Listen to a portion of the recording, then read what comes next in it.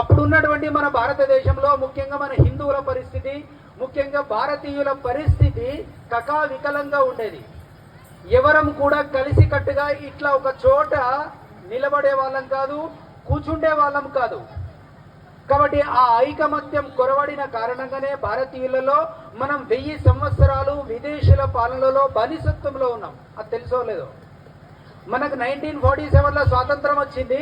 స్వాతంత్రం కన్నా ముందు 1000 సంవత్సరాలు ఈ దేశాన్ని హూనులు, తురుష్కులు, మొఘలులు, డచ్చులు, ఫ్రెంచ్ వాళ్ళు, పోర్చుగీస్ వాళ్ళు, మహమ్మదులు, లోడీలు, పఠాన్లు, షేకులు ఇట్లా అనేక మంది 1000 సంవత్సరాలు పరిపాలించిండు. సో ఆ 1000 సంవత్సరాల క్రిందం భారతదేశ పరిస్థితి, ఒక ఛత్రపతి శివాజీ పరిపాలించాడు, ఒక రాణా ప్రతాప్ పరిపాలించాడు, రాణి దుర్గావతి పరిపాలించింది, రాణి రుద్రమదేవి, అనేక మంది ఈ దేశాన్ని పరిపాలించిండు. మనలో కొన్ని ఐకమత్యం లేని కారణంగా, కొన్ని లోపాలు వచ్చిన కారణంగా భారతదేశం బానిసత్వంలోకి వెళ్ళిపోయింది. స్వాతంత్ర పోరాటం జరుగుతున్నటువంటి రోజులలో ఈ దేశానికి స్వాతంత్రం ఎందుకు రావాలి, ఈ దేశానికి స్వాతంత్రం ఎలా వస్తుంది అని ఈ 2 అంశాల మీద బాలగంగాధర తిలక్ అధ్యయనం చేసి మరొక నిష్కర్షగా వచ్చాడు ఒక అంశానికి. అరే, భారతీయులలో ఐకమత్యం లోపించింది కాబట్టి భారతీయులలో ఐకమత్యాన్ని సాధిస్తే అది స్వాతంత్రాన్ని తెచ్చుకుంటుంది. కాబట్టి హిందువులలో ముఖ్యంగా ఐకమత్యం రావాలి అంటే ఇటువంటి ఉత్సవాలను భక్తి ఆసరాగా చేసుకొని, ఉత్సవాల పేరుతోని అప్పుడున్నటువంటి ప్రజలలో భక్తితో పాటు దేశభక్తిని రగుల్పడానికి బాలగంగాధర తిలక్ ఇటువంటి ఉత్సవాలు ప్రారంభించాడు బొంబాయి నగరంలో. కాబట్టి మన పండగలు చాలా మట్టుకు అనేక రోజులలో వస్తాయి. మనకు కూడా అప్పుడప్పుడు అనిపిస్తుంది, వాళ్ళలాగా ఆదివారం మనకు ఒకటి ఉంటే బాగుంటుండే, వాళ్ళలాగా శుక్రవారం మనకు కూడా ఒకటి ఉంటే బాగుంటుండే, మనమందరం కూడా కలిసి ఉంటామని అనుకోవడం కాదు. అది మన మనస్తత్వం కాదు. భిన్నత్వంలో ఏకత్వం చూసే సంస్కృతి. ఆత్మవత్ పరధారేషు అంటాం, ఆత్మవత్ సర్వభూతేషు అంటాం. పరస్త్రీలో తల్లిని చూసే సంస్కృతి మనది. అన్నం పెట్టేటప్పుడు భార్యను కూడా తల్లిగా సంబోధించాలి. భోజ్యేషు మాత అంటాం అందుకోసమే. కాబట్టి భక్తి పేరుతోని, ఉత్సవాల పేరుతోని మన యొక్క సంస్కృతిని పరిరక్షించడానికి మన పెద్దలు, మన మునులు, మన మహర్షులు ఇటువంటి పద్ధతులు పెట్టారు. ఏకాదశి వ్రతాలుంటాయి, ఇంకా అనేకమైనటువంటి పండగలు వస్తాయి. మన పండగలు అనేక పండగలు, ఒక్కొక్క పండగ ఒక్కొక్క శాస్త్రీయత ఉంటుంది, ఒక్కొక్క వెనకాల భక్తి ఉంటుంది. మన హిందూ పండుగలు ఎప్పుడు కూడా శాస్త్రానికి విరుద్ధంగా లేవండి. తులసి చెట్టుకి ఎందుకు పూజ చేయాలి, దాని వెనకాల సైన్స్ ఉందండి. 24 గంటలు ఆక్సిజన్ రిలీజ్ చేసే చెట్టు తులసి కాబట్టి ప్రదక్షిణలు చేయాలి. రావి చెట్టు ముందు సంతానం కోరుకునే మహిళలు వట సావిత్రి వ్రతానికి దారం చుట్టుతారు. ఆ రావి చెట్టు యొక్క గాలి చాలా మంచిది మహిళలకు. మహిళలు ఆభరణాలు ఎందుకు వేసుకోవాలి? మేము పురుషులం, అన్ని ఆభరణాలు అవసరం లేదు. మీకు గర్భాశయం ఉన్న కారణంగా మీకు ఒంట్లో వేడి ఉంటుంది. ఆ వేడిని బయటకు లాగడానికి లోహాలు కావాలా. బంగారం మంచి మెటల్, హీట్ అబ్జర్వ్ చేస్తుంది. అది అందుకోసం మన పెద్దలు, మన పూజ్యులు పెట్టారు. బొట్టు ఎందుకు పెట్టాలి, గాజులు ఎందుకు ధరించాలి? గాజుల దగ్గర మీకు నాడులు, గర్భాశయానికి సంబంధించినటువంటి నాడులు ఉంటాయి. అవి ఎప్పుడు కూడా యాక్టివేషన్లో ఉండాలి. అందుకోసమే మన అమ్మమ్మలు, మన నానమ్మలను అడగండి, వాళ్ళందరూ కూడా 2 కానీ 3 కానీ అన్ని కూడా నార్మల్ డెలివరీస్ అయినాయి. ఇప్పుడు 1, 2 సిజేరియన్స్ అవుతున్నాయి. ఎందుకు కారణం? మన పద్ధతులకు మనం దూరం అవుతున్నాం, మన సాంప్రదాయాలకు మనకు దూరం అవుతున్నాం చదువు పేరుకొని. ఎప్పుడు కూడా మన సాంప్రదాయం ఎప్పుడు కూడా సైన్స్కు విరుద్ధంగా లేదండి. ఏ ట్రెడిషన్ వెనుక దాని వెనకాల శాస్త్రీయత ఉంటుంది ఖచ్చితంగా. ఇంటి చుట్టూ కల్లాపి ఎందుకు చల్లాలా, ఇంటి గడప పైన పూజ ఎందుకు చేయాలా, పసుపుతోని ఎందుకు పూజ చేయాలా? ఈ మధ్య నేను హైదరాబాద్ వెళ్ళినప్పుడు చూసినా, కల్లాపి చల్లేటప్పుడు ఆవు పేడతో చల్లాలా లేదా బర్రె పేడతో చల్లాలా. కానీ ఈ మధ్య ఒక కెమికల్ లిక్విడ్ దొరుకుతున్నదండి, నీళ్లలో ఆ కెమికల్ కలిపినామనుకో సేమ్ గ్రీన్ కలర్ వచ్చేస్తుంది, దాన్ని చల్లేస్తున్నారు. సిటీలలో జరుగుతున్నది. అంటే మన సాంప్రదాయాలకు మనం దూరం అవుతున్నాం. కాబట్టే మన భారతదేశంలో అనేక సమస్యలు వస్తున్నాయి. ఒక 5 మనము నివారించే స్థాయిలో ఒక 5 అంశాలు చెప్పి ముగిస్తా. మొదటిది కుటుంబ వ్యవస్థ. భారతదేశానికి విలువ ఉన్నదంటే కారణం కేవలం కుటుంబ వ్యవస్థనే. ప్రపంచంలో ఏ దేశంలో కూడా ఈ కుటుంబ వ్యవస్థ లేదు. అమెరికాలో ఒక కూతురు తండ్రిని కలవాలన్నా, కొడుకు తండ్రినో అమ్మనో ఇంకెవరినో కలవాలంటే ముందే అపాయింట్మెంట్ తీసుకోవాలా. పలానా రోజు పలానా టైంకి వస్తే ఒక 1 అవర్ ఇస్తాం, మీరు టైం ఇవ్వండి. అప్పుడు ఆయన ధైర్యం చూసి నేను ఖాళీ లేదు ఇంకొక రోజు రండి అని చెప్తారు. అంటే అటువంటి సంస్కృతి అక్కడ. వాళ్ళని విమర్శించడం కాదు. మన భారతీయ కుటుంబ వ్యవస్థ చాలా మంచిది. అమ్మమ్మ కథలు చెప్పేది. ఈరోజు అమ్మలు ఒక ప్రశ్న వేస్తాం, మీ మనమలకు మీ కొడుకులకు మీ మనమరాలకు ఎంతమంది కథలు చెప్తున్నారు, ఎంతమంది నీతి కథలు చెప్తున్నారు. శివాజీ తయారయ్యంటే కారణం జిజియామాత వల్లనే. స్వామి వివేకానందుడు తయారయ్యంటే కారణం భువనేశ్వరి దేవి. కాబట్టి మన జాతి పురుషులందరూ కూడా తల్లుల ద్వారానే తయారయ్యారు. అందుకోసమే మన సంస్కృతిలో మాతృదేవోభవ అన్న ఊరికేనే అనలేము. మరి ఇప్పుడు ఆ అమ్మ దేనికి పరిమితం అయిపోతుంది? నేను విమర్శిస్తలేనండి. కాబట్టి ఏవి పిల్లలకు చెప్పాలి, ఏవి చెప్పకూడదు. తండ్రి మన కొడుకుని శ్రీరాముల్లాగా తీర్చిదిద్దాలి, మన కూతుర్ని దుర్గాదేవిలాగా తీర్చిదిద్దాలి. అరే కొడుకుకు చెప్పొచ్చు కదా, పరస్త్రీలో నన్ను చూడరా నాయన నువ్వు పెద్దగైన తర్వాత అంటే ఎన్ని హత్యలు జరగవు, ఎన్ని మానభంగాలు జరుగుతలేవు. ఒక్కొక్కడు విచిత్రమైనటువంటి కూతురుని, తండ్రి, అన్నను, చెల్లి, విచిత్రమైనటువంటి వ్యాపకాలు. కారణం లోపం ఎక్కడుంది? నైతిక విలువలు లేని కారణంగా సమాజం అట్లా తయారవుతుంది. మరి అటువంటి నైతిక విలువలు ఎక్కడైనా మెడికల్లో దొరుకుతాయా? పారాసెటమాల్ దొరుకుతుంది కానీ నైతిక విలువలు మెడికల్లో దొరకాయండి. ఎక్కడ దొరుకుతాయి? అవి కుటుంబంలో దొరుకుతాయి. కుటుంబము తల్లిదండ్రులను ఇవ్వాలి. అది ఇవ్వని కారణంగా ఈరోజు కుటుంబాలు చిన్నాభిన్నమైపోతున్నాయి. సహజీవనం పేరుతోని పెళ్లి కాకుండా కలిసి ఉండే మనస్తత్వాలు పెరుగుతున్నాయి. ఒక 1 ఇయర్ తర్వాత ఆలోచనలు కదలకపోతే నువ్వు అటు నేను ఇటు. అరే ఇదేం సంస్కృతి? భారతీయ సంస్కృతి ఈ జన్మ కాదండి, 7 జన్మలు నువ్వే నా సహచరివి, నేనే నీ భర్తను భార్యవనుని, 7 జన్మల యొక్క అనుబంధం మనదండి. కాబట్టి అంత పవిత్రమైనటువంటి కుటుంబ వ్యవస్థ ఈరోజు అనేక కారణాల వల్ల విడిపోతుంది. అటువంటి కుటుంబ వ్యవస్థను మనందరమే బాగుపరచాలి. రెండవది సామాజిక సమరసత. ఈరోజు మనం కుల వ్యవస్థ కోసం పోరాడడం తప్పు లేదండి, కానీ నా కులమే గొప్ప అనుకోవడం తప్పు. మన సంస్కృతిలో ఎప్పుడు కూడా కుల వివక్షణ ఎప్పుడూ లేదండి. ఇప్పటికీ పల్లెటూర్లలో గమనించండి మీరు, అందరూ వరుసలు పెట్టి పిలుచుకుంటారు, ఒక కులమైనా కాకపోయినా. కాబట్టి మన సంస్కృతి ఎప్పుడు కూడా కుల వ్యవస్థ లేదు. పెళ్ళైన తర్వాత అరుంధతి నక్షత్రాన్ని చూపిస్తాం. ఎందుకోసం చూస్తాం తెలియదు, ఎందుకోసం చూస్తాం? ఒక ఫోటో కోసం చూస్తున్నారు ఇప్పుడు అందరూ కూడా. కాబట్టి అరుంధతి ఎవరు? వశిష్ఠుని యొక్క భార్య, అత్యంత పాతివ్రత ధర్మం ఉన్నటువంటి మహిళ. కాబట్టి ఇదంతా చరిత్ర చెప్పాలి. కాబట్టి అందరం కూడా సమానమే, మనందరి రక్తం ఒకటే, మనమందరం కూడా భారతీయులం, మనమందరం కూడా హిందువులం అనే పేరుతో మనం మెగలాలి.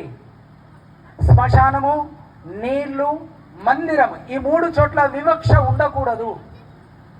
కలిసి జన్మించలేం, కలిసి వెళ్ళలేం. కాబట్టి జన్మించిన మందిరం కానీ, వెళ్ళే చోటు శ్మశానం కానీ, తాగే నీళ్లు కానీ, ఇందులో వివక్ష ఉండకూడదు. కొన్ని చోట్ల మన దౌర్భాగ్యం కొద్ది వస్తుంది, మనమే దాన్ని పూలించాల్సినటువంటి ఆవశ్యకత. మూడవది స్వ ఆధారిత జీవన విధానం కావాలి. స్వదేశీ భావనతో మెలగాలి. స్వదేశీ వస్తువులను వాడాలి. స్వదేశ్ అంటే కేవలము వస్తువులు మాత్రమే కాదు, మన స్వభూషణం వాడాలి. మన వేష భాషలు ఎట్లా ఉన్నాయి, మన కట్టు సాంప్రదాయాలు ఎట్లా ఉన్నాయి, మన భాష. ఇంగ్లీష్ నేర్చుకోవడం తప్పు కాదండి, తెలుగును మర్చిపోవడం తప్పు. తెలుగు అని అంటే కాదు, మాతృభాషను మర్చిపోవడం. అనేక మంది శాస్త్రవేత్తలు, అనేక మంది గొప్ప గొప్ప మేధావులు మాతృభాషలో జరగాలి విద్యాభ్యాసం, ప్రాథమిక విద్య. కాబట్టి అట్లా మనం తెలుగును, మన సాంప్రదాయాలను నేర్పాలి.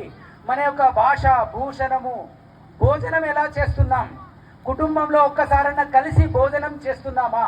ఒక్కసారన్నా ఒక్కసారి కలిసి భోజనం చేయకపోతే అది గృహము కాదండి, అది ఒక లాడ్జ్ అవుతుంది, ఒక హోటల్ అవుతుంది. ఎవరిష్టం వచ్చినప్పుడు వాళ్ళు తిని పడుకోవడం, వెళ్ళిపోవడం, అది it is not a house, it is a hotel అంటాం అది. కాబట్టి మనం అందరం కలిసి ఒక్క పూటన్నా కలిసి భోజనం చేయాలి. ఇది స్వ ఆధారిత జీవన విధానం అంటాం. 4వది పర్యావరణం. ఈరోజు పర్యావరణం ప్రపంచాన్ని ముప్పు తిప్పలు పెట్టే ఒక భయంకరమైనటువంటి రోగం. అసలు పర్యావరణం అంటే ఏంటిది? కేవలం పర్యావరణం అంటే ప్లాస్టిక్ మాత్రమే కాదు. దయచేసి మీకు సాధ్యమైతే ఆలోచించండి. ఈ నవరాత్రి ఉత్సవాల్లో ఒక్క ప్లాస్టిక్ వస్తువు లేకుండా పెట్టగలుగుతామా? సాధ్యమైనంత వరకు. ఇక తప్పుతలేదంటే అది వేరే వదిలేయండి.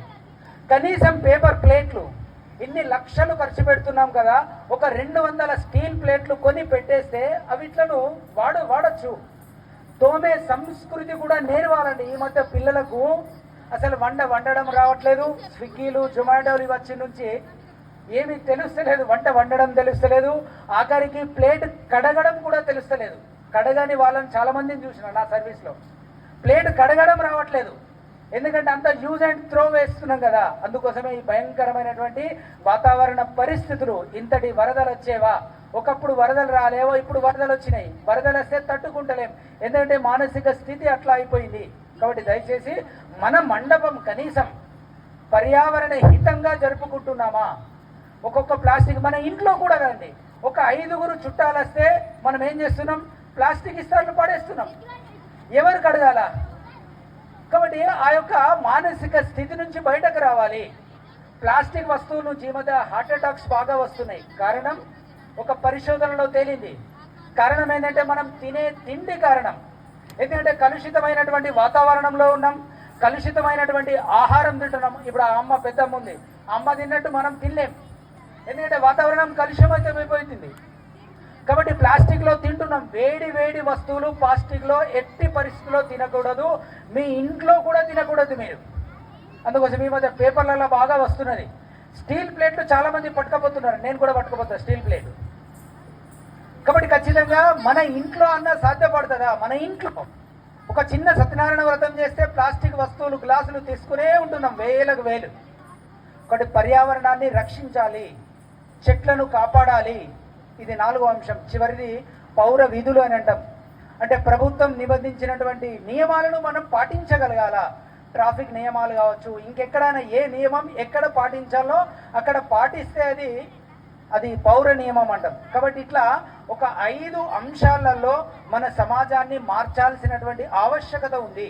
కాబట్టి ఆ విధంగా ఈరోజు చాలా ఆనందపడుతున్నా నేను. ఎందుకంటే ఇంత పెద్ద సిటీలో ఇంత ప్రశాంతంగా 1 గంట పాటు సాంస్కృతిక కార్యక్రమాలను చూస్తున్నారు. మీ ఓపికకు సహస్రత వందనాలు. కాబట్టి మనమందరం కూడా మన భారతీయ సంస్కృతిని ప్రేమించాలి, పూజించాలి, దాన్ని కొనసాగించాలి. అందరూ పూజ చేస్తున్నారు, అందరూ కూడా వ్యక్తిగతంగా పూజలు చేస్తున్నారు. వ్యక్తిగతంగా పూజలు చేసినంత మాత్రాన అతని హిందువు కాదు అండి. హిందువు అంటే పర వ్యక్తిని క్షేమాన్ని కోరేవాడు హిందువు. ఎందుకంటే సర్వే జన సుఖినో భవంతు అంటాం కాబట్టి. అరే చీమకు చక్కెర వేస్తాం, పాముకు పాలను పోస్తాం, కుక్కను తన్నుతేమంటాము భైరవ స్వామి అంటాం, మల్లన్న దేవుడు అంటాం, పందిలో వరహామూర్తిని స్వీకరిస్తాం. కాబట్టి ఒక జంతువులో మన దైవాన్ని చూస్తున్నప్పుడు సాటి మనిషిలో దేవుణ్ణి ఎందుకు చూడలేకపోతున్నాం? కాబట్టి అది నేర్చుకోవాలా. అదే హిందుత్వం.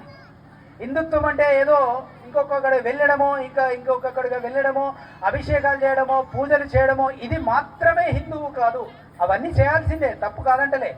వాటితో పాటు ముఖ్యమైనటువంటిది మన హిందూ సమాజాన్ని ప్రేమించాలండి. ఈరోజు కోవిడ్ ఏం నేర్పింది? సాటి మనిషికి ఆ కోవిడ్ లేకపోతే మనకు రాదు. మనం సేఫ్గా ఉండడం ముఖ్యం కాదు, పక్కవాడు కూడా సేఫ్గా ఉండాలి. ముఖ్యంగా మన భారతీయ సంస్కృతి సేఫ్గా ఉండాలి. ఎందుకంటే భారతీయ సంస్కృతే ప్రపంచానికి రాబోయే రోజులలో మార్గదర్శి కాబోతుంది. ప్రపంచ దేశాలన్నీ కూడా భారతదేశం వైపు చూస్తున్నాయి. ఈరోజు ఇస్కాన్ టెంపుల్లోకి వెళ్ళండి, ఇంకే టెంపుల్లోకి వెళ్ళండి, విదేశస్తులు వాళ్ళ యొక్క సామ్రాజ్యము, వాళ్ళ యొక్క నగలు, నట్రాలన్నీ వదిలేసి ఈ భారత భూమిలో ఇస్కాన్ టెంపుల్లలో భగవద్గీత పట్టుకొని హరే రామ హరే కృష్ణ అనుకుంటా పాడుతూ ఉంటున్నారు. మనం మరి విదేశాల వైపు మనం చూస్తున్నాం. కాబట్టి భారతీయ సంస్కృతి అద్భుతమైనటువంటి సంస్కృతి. భారతీయ సంస్కృతి ప్రపంచంలోకెల్లా అతి ఉత్తమమైనటువంటి సంస్కృతి. ఇది నేను చెప్తున్న విషయం మాత్రమే కాదు, అనేక మంది మేధావులు, చరిత్రకారులు అనేక మంది చెప్తున్నటువంటి విషయం. అటువంటి భారతీయ సంస్కృతి యొక్క వారసులం మనమందరం. శ్రీరాముని యొక్క వారసులం, కృష్ణుడి యొక్క వారసులం, శివాజీ యొక్క వారసులం, ఒక భగత్ సింగ్ యొక్క ఒక సావర్కర్ యొక్క వారసులం, ఒక చంద్రశేఖర్ ఆజాద్ యొక్క వారసులం, ఒక భగత్ సింగ్, ఒక రాజ్గురు, ఒక సుఖదేవ్, ఒక నానాసాహెబ్ పీష్వా, ఒక రాణి రుద్రమదేవి, రాణి దుర్గావతి. వీళ్ళందరూ ఎవరు? ఈ దేశం కోసం వాళ్ళ యొక్క తనువులు, వాళ్ళ యొక్క మనస్సును దానం చేసి ఈ దేశం కోసం జీవించిన వాళ్ళు, ఈ దేశం కోసం మరణించిన వాళ్ళు, వాళ్ళందరూ మనకు ప్రేరణాదాయకం, వాళ్ళందరూ మనకు గౌరవనీయులు, పూజలు. అటువంటి భారతీయ సంస్కృతిని మన కింది తరాలకు తీసుకువెళ్దాం. మన పిల్లలకు, మన మనవలకు, మన మనమరాలకు బొట్టు ఎందుకు పెట్టాలి, మన శాస్త్రీయ ధర్మాలు ఎటువంటివి, ఎందుకు పాటించాలి, ఇవన్నీ శాస్త్రీయ కారణంగా వివరించి చెప్పాలి. ఎవరు కూడా గుడ్డిగా చెప్తే నమ్మే పరిస్థితిలో లేదు. పూజ ఎందుకు చేయాలి, మామిడాకులు ఎందుకు కట్టాలంటే దాని వెనకాల రీజన్ చెప్పాలి. పెళ్లి పందిరి, మామిడి పందిరేస్తాం ఎందుకు, ఆ రోజు చాలా మంది వస్తారు, వాళ్ళకి కావాల్సినటువంటి ఆక్సిజన్ కావాలి, ఆ ఆక్సిజన్ కోసం ఈరోజు మామిడి పందిరి వేస్తాం. కాబట్టి ఇట్లా ప్రతి సాంప్రదాయం వెనుక, ప్రతి కట్టడం, మన కట్టుబాట్ల వెనుక శాస్త్రీయత ఉంది, సైంటిఫికల్ రీజన్ ఉంది. ఒక పొద్దు తింపి ఎందుకు తింపుతాం చెప్పి ముగిచ్చేస్తాం. ఒక పొద్దు రోజు ప్లేట్ చుట్టూ తిప్పుతాం మనం, ఎందుకు తిప్పాలి అది, దాని వెనకాల శాస్త్రీయత ఏంటిది. అసలు శాస్త్రీయత ఏంటంటే, ఇంతకుముందు మార్బుళ్ళు, టైల్స్ ఏం లేకుండే, ఇటువంటి భూమితో మేగినటువంటి నేలలు ఉంటుండే, ఆకు మీద తినేవాళ్ళు. ఆ ఆకును దాటి అనేక సూక్ష్మక్రిములు లోపలికి వస్తాయి. కాబట్టి అవి రాకుండా ఉండడానికి నీళ్లతో ఒక కందకం, ఒక కాలువను సృష్టించడం అన్నట్టు ఆరగింపు చేస్తాయి. ఇప్పుడు ఏం తెలుస్తలేదు, తింపాలి కాబట్టి తిప్పేస్తున్నాం మనం. కాబట్టి ఈ రీజను చెప్పగలగాలి. ఈరోజు 6th జనరేషన్ పిల్లలు, కాబట్టి వితౌట్ రీజన్ ఏది కూడా నమ్మరు. మనం రీజన్ తెలుసుకోవాలి, మన శాస్త్రీయత, మన సాంప్రదాయాల వెనుక ఉన్నటువంటి రీజన్ తెలుసుకోవాలి. ఒక పొద్దు రోజు పరమాన్నం ఎందుకు తినాలా, ఎందుకంటే ఒక పొద్దు రోజు మధ్యాహ్నం 12-1 వరకు తినం కాబట్టి ఒంట్లో ఉన్నటువంటి ఐరన్ అంతా వెళ్ళిపోతుంది. కాబట్టి బెల్లంలో ఐరన్ ఉంటుంది, తినాలా. ఈ మధ్య ఆడపిల్లలు బెల్లం తింటలేరు, పల్లి పట్టీలు తింటలేరు, కానీ పిజ్జాలు, బర్గర్లు తింటున్నారు.